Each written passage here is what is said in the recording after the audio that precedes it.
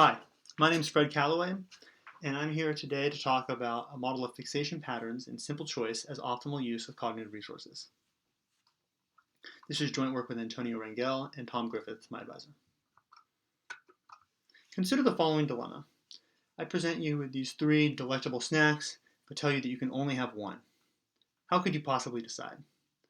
Understanding the computational bases of these simple choices is a fundamental goal for neuroeconomics. And previous research has already uncovered several important principles. First, it seems likely that the decisions are made based on the accumulation of noisy evidence about the value of each item, such that an item is chosen when the evidence accumulated for it is sufficiently greater than the evidence for the other items.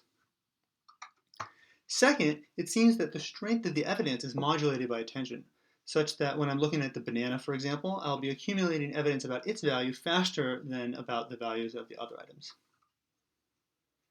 This has a consequence that what we look at will affect the choices we make, and this has been shown again and again in the empirical literature. However, another question has received relatively less attention. How do we actually decide what to look at? In this project, we try to provide the beginning of an answer to this question using a normative approach, where we ask how people should decide what to look at, and then see how well that compares to the observed human fixation behavior. We begin by presenting a model of attention in simple choice as active sampling. At the trial onset, the model is presented with two items that it has to choose between. And the first thing it does is it assigns each item a distribution, which encodes the belief about the value of that item.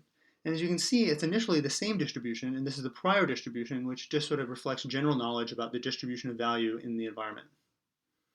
The true values of the items, that is the utility that would be gained by consuming them, is indicated by these dashed lines, but these are unknown to the model. However, by fixating an item, the model can gain noisy evidence about those true values.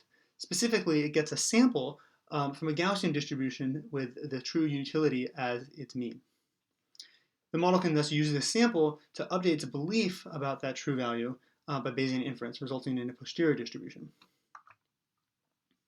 If the model continues to fixate on the same item, it will keep receiving samples from that item and updating its belief accordingly.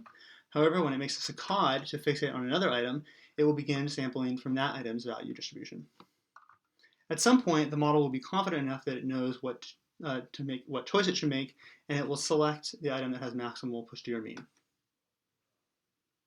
Given this model, we can identify the optimal policy for deciding where to fixate at each time step.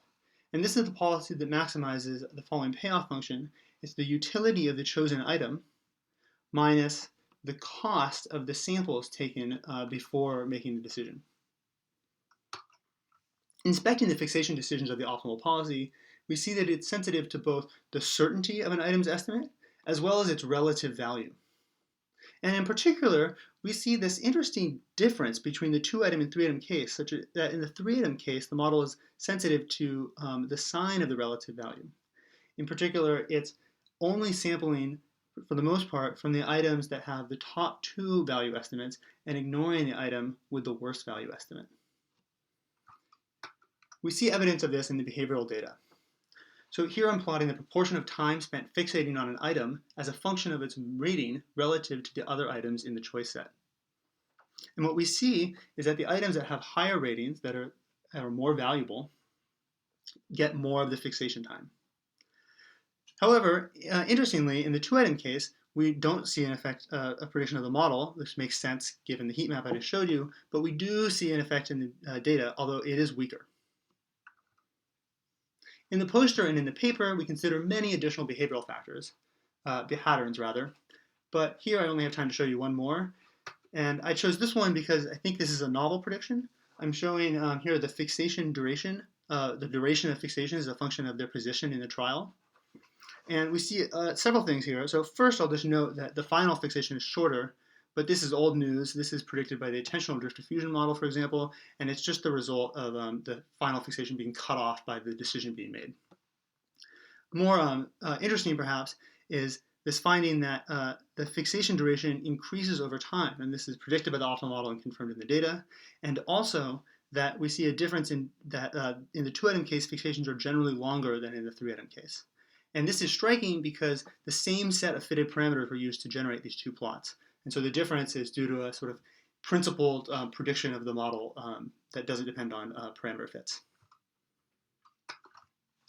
If you want to learn more, you can either find me on Zoom if you're at SNE right now, but you can also just look at my poster whenever you want, and you can send me an email.